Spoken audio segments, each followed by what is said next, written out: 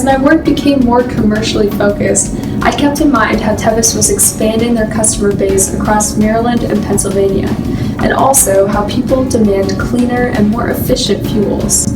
I tried to find ways that my marketing could allow people to see the eco-friendly steps Tevis is taking towards achieving that goal. As I dove into the world of commercial fuels, I learned about legislative challenges, extensive regulations, and unique fuel options I had never heard of, such as skid tanks, fuel cubes, and mobile direct fleet fueling. As I began to produce video content for commercial sales at Tevis, I really saw the difference between what a residential and commercial customer was looking for.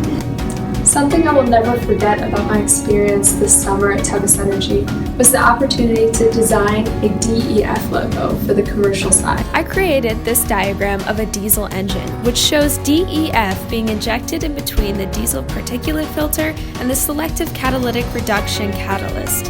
It reacts with the exhaust in this area, forming ammonia gas after hydrolyzation. Ammonia and poisonous nitrogen oxides react at the catalyst, emitting nitrogen and water, which are naturally found in our atmosphere. Learning about the technological capabilities and fuel qualities specific to Tevis Energy really helped me understand how heating oil can have a large environmental and personal impact when chosen over electric or natural gas.